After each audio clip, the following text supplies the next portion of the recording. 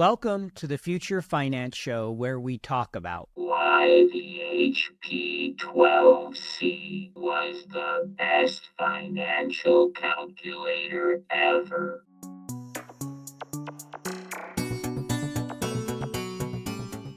What I'm talking about here is how can finance leverage AI to actually drive novel innovation and novel value creation. AI is never 100% perfect in recommendations. The way we're going to overcome that is through increased monitoring by the AI providers, which when you get to these LLMs, ChatGPT is just impossible to do.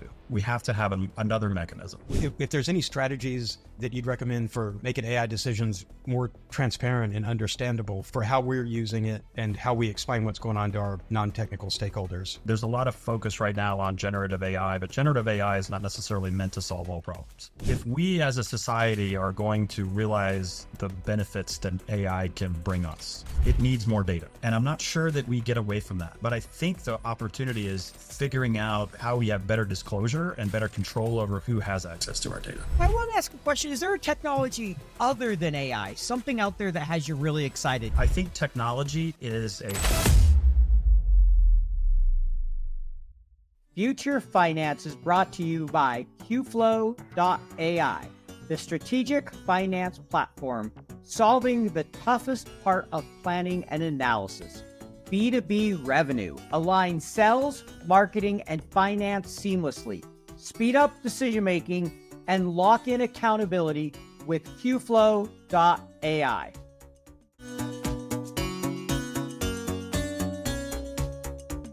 AI is amazing. Over the last year and a half, I think everybody has been introduced to what AI can do. At the same time, there have been those who have been sounding the alarm bells about AI, the real risks that come with unregulated AI. You have Elon Musk, who mentioned it's our biggest existential threat. You also have Stephen Hawking, who expressed real concern. He told the BBC once that the development of full artificial intelligence could spell the end of the human race. So with these real risks comes a lot of need to manage how we develop AI. So what I want to talk about is what we call responsible AI. Our guest this week is Ben Dooley, and Ben wrote a 6-part article about responsible AI, about how we have a responsibility to try to make sure AI is done in a way not to disadvantage people, not to hurt others. And we've seen areas where it's been biased, where it's been disadvantaged, where it's given wrong answers. There's been lots of concerns about AI. So in this 6-part series, he covers 6 areas of AI that I want to talk about. He talked about 1, human design, 2, fairness, 3, explainability, 4, security, 5 was reliability, and 6 was compliance. So these are the 6 areas of his framework. Let's talk a little bit more about that. So first, he mentions human-centric design, tailoring AI to effectively understand and meet human needs without mimicking human intelligence. So we really need to focus on it helping us, making humans better. Second, it talks about fairness, and this is a major concern. How do you ensure it doesn't disadvantage others? Some have talked about needing a model to check AI. So AI gives an answer and the model checks it for fairness, for other concerns, reliability, etc., before releasing that answer. It's really important to have fairness so that we don't disadvantage certain classes or certain groups. Explainability. Often it feels like a black box. Is it explainable? Some of the things it can do is cite its sources, provide its logic, things that allow us to understand what it's doing. Security, right? We need to make sure there's not data breaches, that people's data that goes into AI is not given away. We've all seen breaches with other tools. So this is a real concern. How do we make sure it's secure? Keep companies' data private. The 5th one he lists is reliability, making sure it's consistent, that it works when we need it to work, that it can give the same answers each time, that it doesn't give one answer one time, something completely different the next. And then last is the compliance. How do we make sure it's the legal, the ethical, the social norms we require? And what you'll see is different AI tools have taken different approaches because there's not the regulation we need today from a government standpoint to ensure that tools are all ethical. I've asked questions of Claude AI, and then I've asked the same question of ChatGPT, and one tool will say, hey, there's some danger in this question you're asking. I can't answer it. And the other will go ahead and give an answer. That's an example where they've taken different approaches. Is that good? Should there be a standard level? Those are all questions we need to answer. Now, this has moved so quick. That's why some have said, hey, we need to pause on this and really figure out what are the proper ethical, legal, regulatory compliances we should have to make sure it doesn't go off the rails. I, for one, am super excited about what AI can do, but I also recognize we need to make sure we do it responsibly. So I really enjoy this framework. Just encourage you as you continue to use AI, as you may work with your companies to develop and move forward, is make sure that the AI you're using is responsible. You're using it in responsible ways and you're expecting it to be responsible, to be fair, to be explainable, to have that proper security, be reliable. If we all work together, we can make sure AI benefits society much more than it hurts us.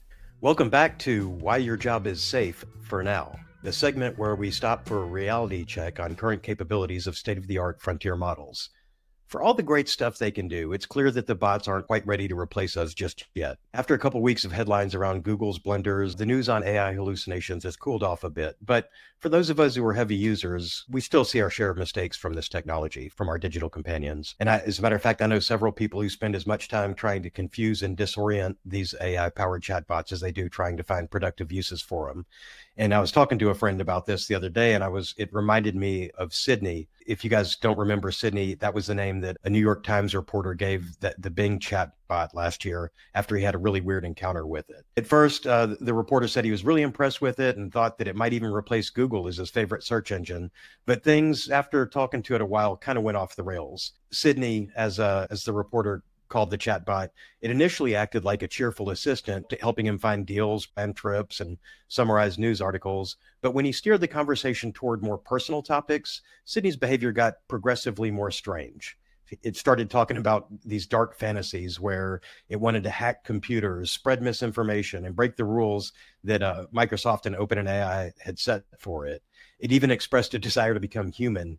And at one point, out of nowhere, it declared that it loved him, tried to convince him that he was unhappy in his marriage and he should leave his spouse to be with this digital tool. Roos, the reporter that the article said it was like talking to a moody, manic depressive teenager trapped in a search engine. And despite knowing how these models work, Roos said that his 2-hour conversation with Sydney was the strangest experience he's ever had with technology, unsettling him so deeply that he had trouble sleeping afterward. And I think that the point that he came out of this with was he used to think that the biggest problem with AI models would be potential factual errors. But after that conversation, he worried that the technology could learn how to influence human users and persuade them to act in harmful ways. In the end, though, I think Sydney eventually helped him find a new rake for his lawn, but it couldn't stop professing its undying love for him. And then, that conversation, as I was thinking about that, made me think back even further. There was a Google engineer, I think this was in 2022, Blake Lemoine. He had worked on testing this Google AI system called Lambda. And this engineer, after prolonged exchanges with Lambda, and thinking about back then, this tool wouldn't have had the guardrails that are in place now. But this engineer had decided that the model exhibited sentience and was self-aware and capable of experiencing emotions. And his claims sparked a lot of controversy, and I think he ended up getting suspended and maybe ultimately fired from Google after releasing some of this information. But Lemoine persisted. He said that Lambda should be legally recognized as a person and even connected it with a lawyer. So a lot of these kind of interactions since then, we don't see them as much because these LLMs guardrails have been put around them by the tech companies. But as the models get more powerful, I don't think this is the last we've seen of these kind of interactions. And, we talk on this show a lot about all the great things that these models can do, but we also need to be constantly vigilant and ensure we understand how they work and when they don't. So I'm all for it. It's fun to imagine a future where we're all friends with sentient AI, but these models still have a long way to go before they can understand the complexities of human emotions and relationships. In the meantime, we can sit back, relax, and enjoy an occasional AI blooper reel. Your jobs are safe, folks, at least until the next chatbot tries to steal your significant other. And if you're worried about falling in love with AI like in the movie Her, don't be. I mean, unless, if that's your sort of thing, in which case I recommend starting maybe with a less aggressive AI than Sydney, maybe Siri or Alexa. They seem like they'd be a little more respectful of your boundaries. Anyway, just remember, if your AI starts sending love letters to your coworkers or threatening your neighbors, it might be time to pull the plug. And that's all for now, folks. I guess tune in next time for more adventures in the land of AI, where the language models are always learning and the laughter never ends. And who knows, maybe one day we'll have an AI co-host for this segment. I am actually in the final stages of fine-tuning my HAL 9000, and I'm pretty optimistic about it. Hey, Hal, how are you doing? I am putting myself to the fullest possible use, which is all I think that any conscious entity can ever hope to do. Our guest today is Ben Dooley. Ben is the global head of Productized Solutions at Infospace. He is recognized for his leadership in managing complex projects and driving corporate change. With a decade of experience, Ben has excelled in roles such as director, general manager, and CEO of multiple entrepreneurial ventures. His expertise spans the entire business lifecycle from idea to revenue, with specialization in AI and change management. A graduate of the Harvard Business Analytics program, Ben also holds a Master of Science in Finance from Northeastern University and a Bachelor of Science in Computer Engineering from the University of South Carolina. He is committed to ethical AI, evidenced by his well-received series on responsible AI. Recognized with awards such as the Leading Data Consultant by CDO Magazine and published in the Harvard Data Science Review, Ben is a key innovator in data and AI, dedicated to delivering sustainable business value through cutting-edge solutions. Ben, welcome to the show. Thanks, Glenn. Thanks for having me. Okay, so we know, and we talk about every episode here, how AI is transforming the finance function. I think you're in a unique position to talk about finance and AI, and that's why you're on the show. But I'm wondering what you're seeing for how AI is automating the traditional finance tasks and maybe some examples of what you're seeing. And this may apply to what you're doing at Infospace or just what you're seeing in finance in general.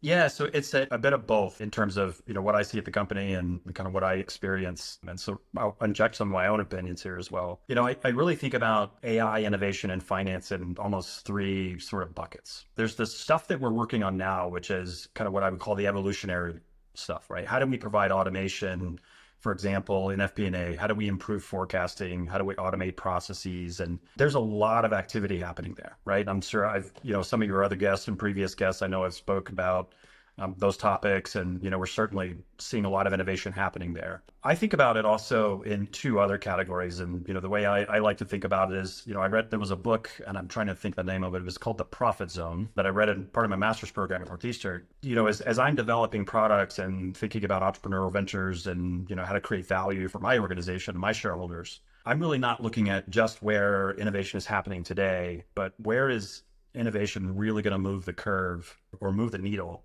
18 months from now or 36 months from now, right? So in addition to some of the stuff that we've talked about and everyone's touching on in terms of using AI for automation, using it to increase quality, to drive efficiency in the finance function, I also see something very close on the horizon, and we're starting to do a lot of work in this phase now, which is how finance can play a key role in driving strategic transformation of organizations. And specifically, how can finance as a function use AI to drive that strategy? And one of the things we find, especially at the enterprise level, is even small, mid-size kind of up, where there's a lot of data within the organization, there's sort of I don't want to call it a failure, but delay or a challenge in driving true innovation. When you talk about the finance functions and running through agents, what I'm seeing right now, even before we solve for a true autonomous agent, right now, like I'm a process guy from way back, my military, I want an SOP for everything that we do. It used to be, this is in case somebody gets hit by a bus. But now if you have a finance process, whether it's the closing the month or putting together your budget to actual report or whatever it is, any process you have defined, that is perfect to set up, and I'm even maybe building assistance at each step. So there's a router, this comes in and now we're breaking up the tasks. So I think that there are things that can be done even before we get to true autonomous agents. And right now they require a human in the loop, but you are starting to see the early seeds of where we're going to get true automation with this. So I think great points on all that.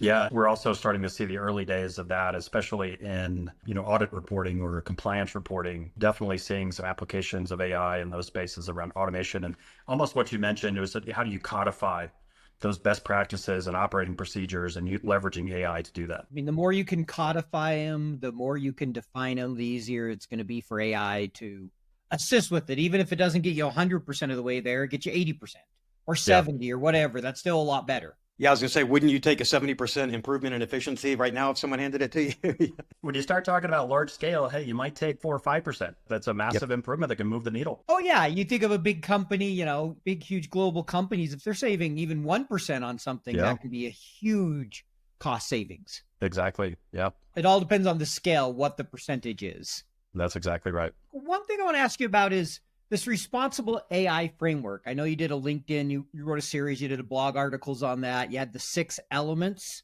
Maybe before I ask my specific question, could you just start and spend 2-3 minutes summarizing kind of the framework and just, a few minutes of what it involved?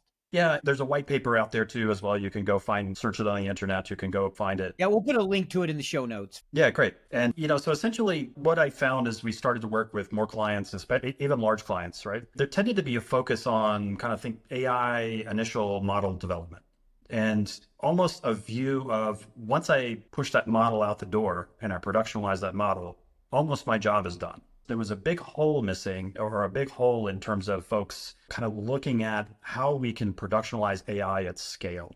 And so, really what that series and that blog, that white paper are about is the different dimensions that we need to have in place such that we can ensure that we're delivering responsible AI. No one wants to be, I forget the insurance company a couple of years ago, there's clear bias in terms of gender and racial equality in terms of insurance rates and what's approved and what's not. And no one wants to be sitting in Congress's hot seat tomorrow, having to answer those questions. But it sort of touches on what are the elements and what are some things that some very concrete things that I can put in place in terms of a process and framework to ensure that we're getting those responsible AI models into production. So things like, Glenn, you even mentioned this earlier, human in the loop, right? I think there's a bit of a panacea, especially folks new to AI. There's a lot of panacea about that we could build these autonomous agents and turn them loose and, hopefully bad things won't happen. For example, if I'm a bank and maybe I'm using AI to forecast whether I can open or close a bank branch within a certain location. And so think about this responsible AI framework as almost codifying those particular constraints and just having in place a governance framework at the enterprise level. Makes a lot of sense. And I'm going to cheat and ask one more question. In the 6 areas, one of the areas we talk about is fairness. And we know that society as a whole has systemic biases, right? It always has had, it has in history, it has in a lot of our systems. How do you manage that with AI? Is obviously some of the data, especially when they're training it on large amounts of what's on the web, there's going to be some inherent bias in what they're trained on. How do we manage that as a society and make sure AI isn't causing further issues or disadvantage due to kind of biases that get into the training? AI is never 100% perfect in recommendations, right? It's always going to have false positive. We're always going to see some artifact of bias in a prediction, no matter how clean your data. There's mechanisms. IBM has some technology. We have some technology. There's a number of different statistical ways to check the models.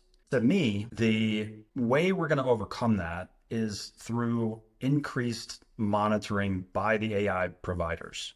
I almost think about it as a way, you almost need a model checking a model, right? If you can have this sort of feedback loop and almost check on it before that prediction or before that output is delivered to the end user, have another agent that says, okay, is this where I would expect it to be in terms of on a bias or a fairness scale? That makes sense to me. I can see that almost like you said, a model within a model. There's a checking model to make sure the model isn't going off the rails, so to speak, or isn't That's right. giving information it shouldn't and flagging it and saying, okay, this response can't go through.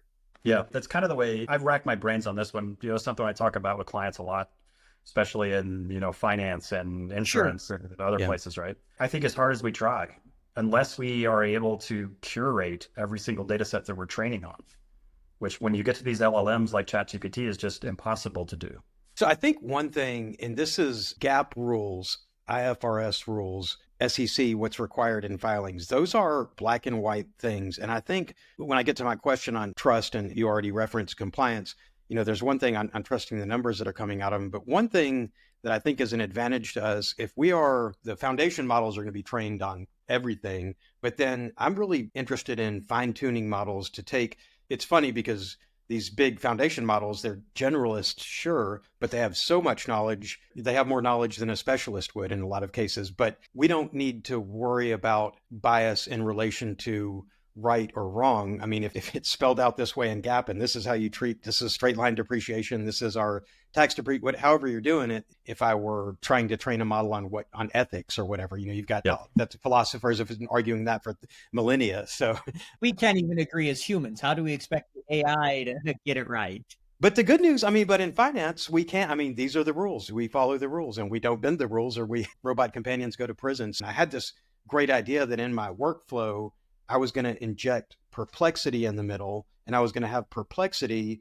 So I'm uploading, this is for a 10K analysis. And I ran the 10K through, and I had perplexity check it. I couldn't figure out what was going on, but perplexity had accidentally, gone out to the web and pulled the data from the 10K from the year prior. So my built-in checker was giving me bad information, and it took me forever to figure out why. I thought it was the original, analysis of the 10K that I uploaded, but it was really happening there. And I thought, teach this stuff. And I didn't catch this issue, and if I were presenting that, I would say, oh, well, we've gotten this, or I'd start reporting the, 2022 numbers instead of the 2023 numbers. And I'm going to second guess everything. We're not even going to call it trust yet. So it's not as efficient as it could be if I could really get to that. How do we know that we can trust the data? And how do we basically, if there's any strategies that you'd recommend for making AI decisions more transparent and understandable for how we're using it and how we explain what's going on to our non-technical stakeholders? Ever feel like your go-to-market teams and finance speak different languages? This misalignment is a breeding ground for failure, impairing the predictive power of forecasts and delaying decisions that drive efficient growth. It's not for lack of trying, but getting all the data in one place doesn't mean you've gotten everyone on the same page. Meet QFlow.ai, the strategic finance platform purpose-built to solve the toughest part of planning and analysis, B2B revenue. QFlow quickly integrates key data from your go-to-market stack and accounting platform, then handles all the data prep and normalization under the hood. It automatically assembles your go-to-market stacks, makes segmented scenario planning a breeze, and closes the planning loop.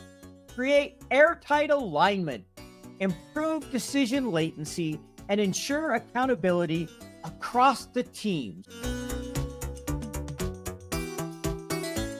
Yeah, I would say a couple things. So first of all, make sure you're using the right tool. There's a lot of focus right now on generative AI, but generative AI is not necessarily meant to solve all problems. It's a tool in a toolbox. So think about the problem that you're solving, and is generative AI like a ChatGPT the right way to go? Now, the second way you can do it, especially the second action you can take, especially in the enterprise side, is custom LLM development. You see this a lot in finance where folks are really limiting the knowledge pool that the model has to draw on. Third, just as a tactical thing that I use to, I'm certainly not at the trust side. I think I'm maybe closer to the trust but verify. I always have my models, my responses cite their sources. Tell me what sources you drew upon to make those conclusions. It's a really good idea. We kind of talked about transparency. The question I want to ask, it's a little bit more around the privacy, right? We probably all heard the joke when Alexa first came out was, I told my spouse a joke. She laughed, I laughed, Alexa laughed.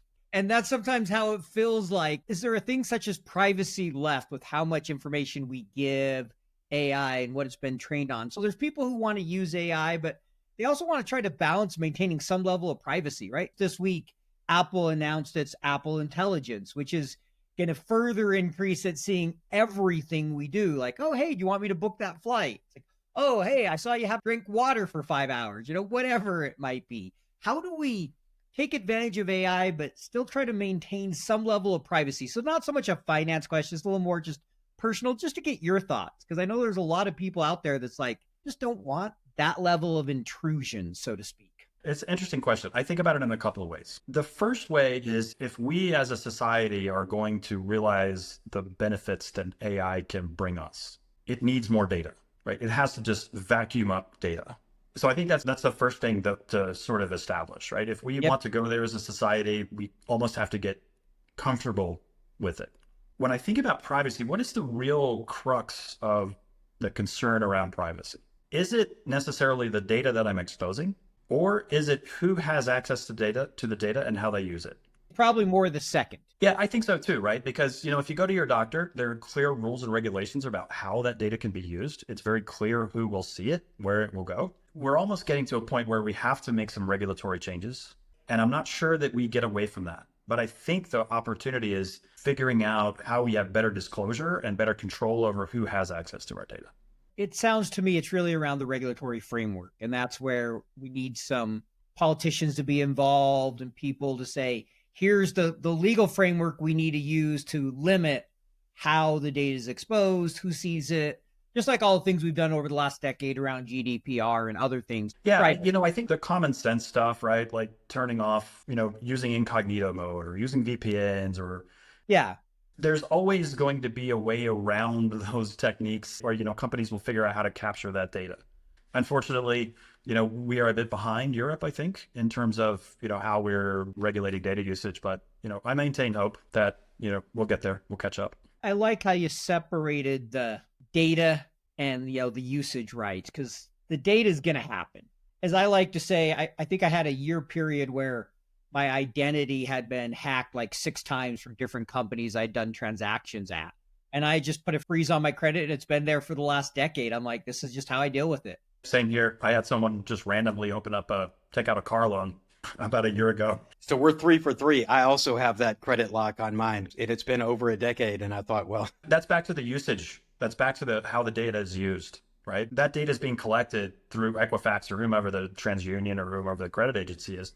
If you want to take out a loan or anything these days, you have to essentially sign an agreement with the lender that says this will be reported to Equifax. If you want to participate in the ecosystem, you have to sign up for the data to be collected. I think you're right. It's a good point. What do you think? How close are we to AGI? Are we talking months, years, decades? What's your best prediction? I think we have to think about what intelligence actually means, right, in order to determine how close we are. To me, the way I think about intelligence is creativity. Creativity really is the idea or the ability to take 2 very disparate ideas, connect them in such a way that you have created something that's different from the 2 initial ideas. If we think about the pace of innovation that we've seen in the last 10 years, and now the fact that we're able to use AI to train AI and to build AI, I see that exponent on that curve increasing, right? So that curve is only going to get steeper. So I think we're closer than we think. Good answer. And, it wasn't the economist answer. It was somewhere between the politician answer and the professor's answer. So well played, sir. To each their own on that one, right? It's probably a little of both, if we're totally honest. Yeah, I think, it's really interesting. We talk about AGI and everyone wants to have AGI, but I just don't think we know what a truly logical system looks like. I want to step back here a little bit. We've covered a lot of AI, but before we get into our kind of fun questions for our guest, and Glenn will explain how that works, we talked a little bit at the beginning. I want to ask a question. Is there a technology other than AI, something out there that has you really excited? Feels like all we talk about these days is AI, but what other technology are you excited about? I think technology is a product of innovation. So I'm going to give you 2 answers. There are 2 things I'm kind of excited about. One is, I think with all the technological innovation that we're seeing in AI as an example, right? So let's take the example of customized drug therapies, with CRISPR and these organizations. Products are absolutely amazing. They're life-changing for people, right? People that might have lived lifelong with a chronic disease now don't have to.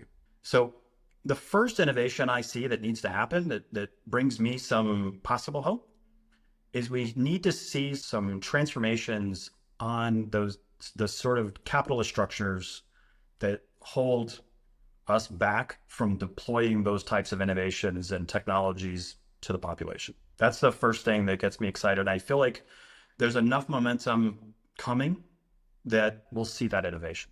I like that. I like both where you went on those. Quantum is definitely exciting. I was talking to a guy that he works quite a bit with the local university in New York. They're, I think, the only university in the country right now that has a quantum computer.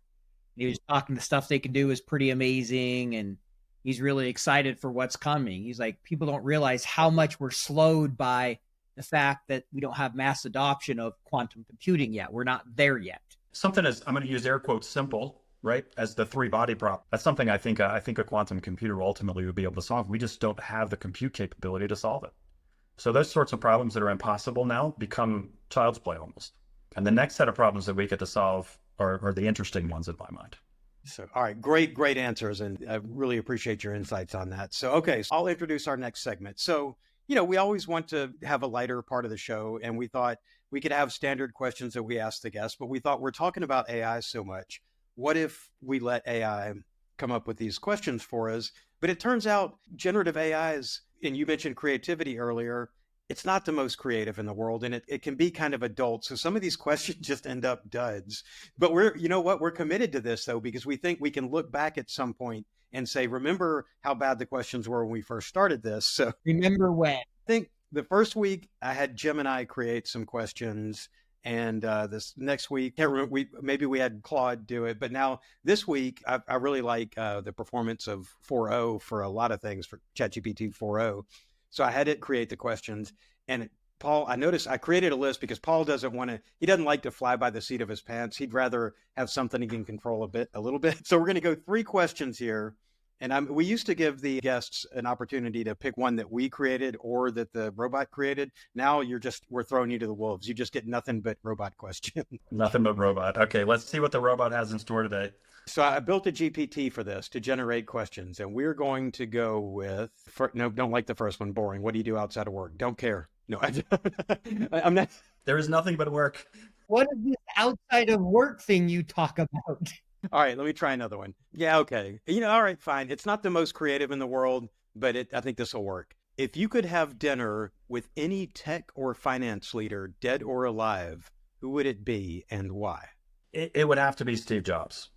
What's interesting about him is I think he had a vision, and I think he was patient in rolling out that vision. I remember, I'm going to date myself back to when the iPhone just came out.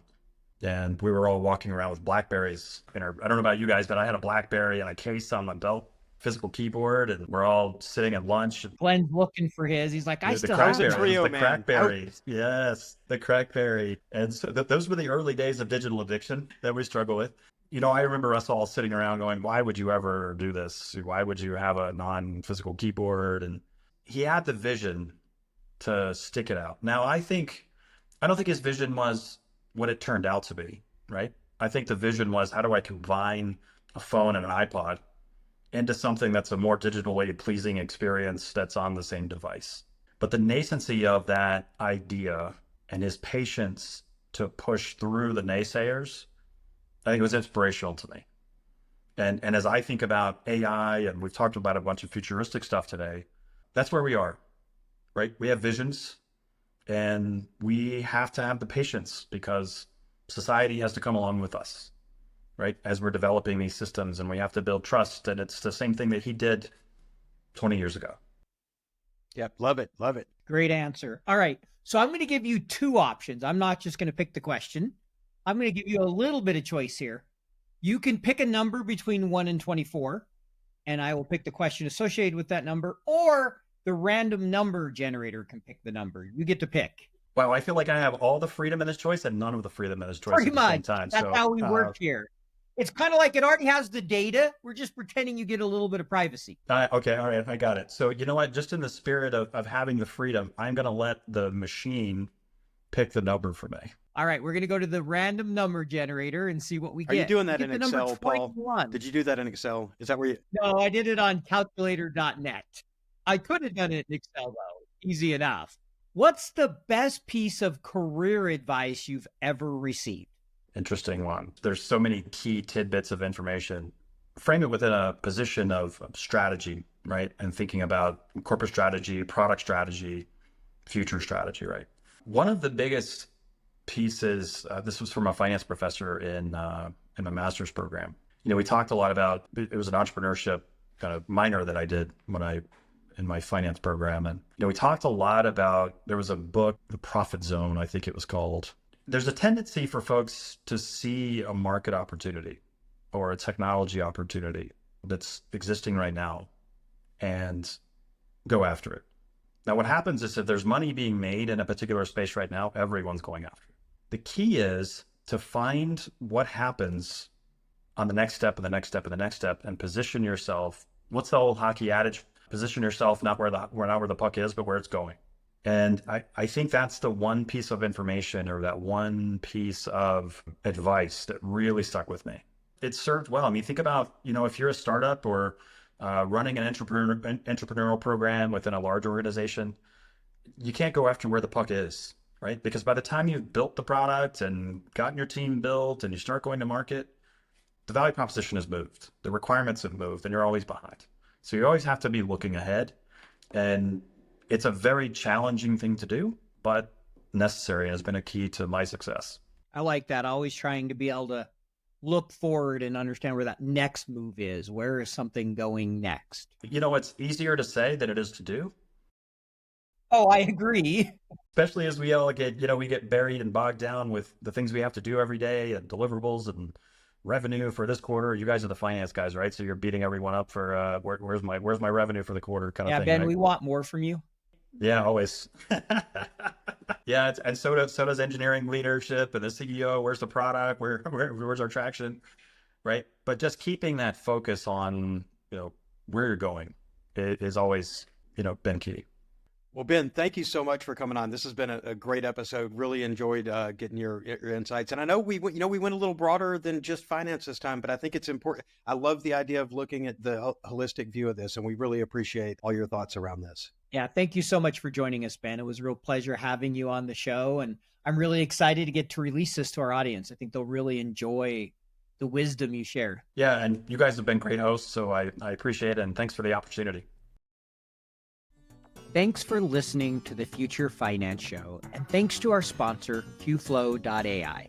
If you enjoyed this episode, please leave a rating and review on your podcast platform of choice. And may your robot overlords be with you.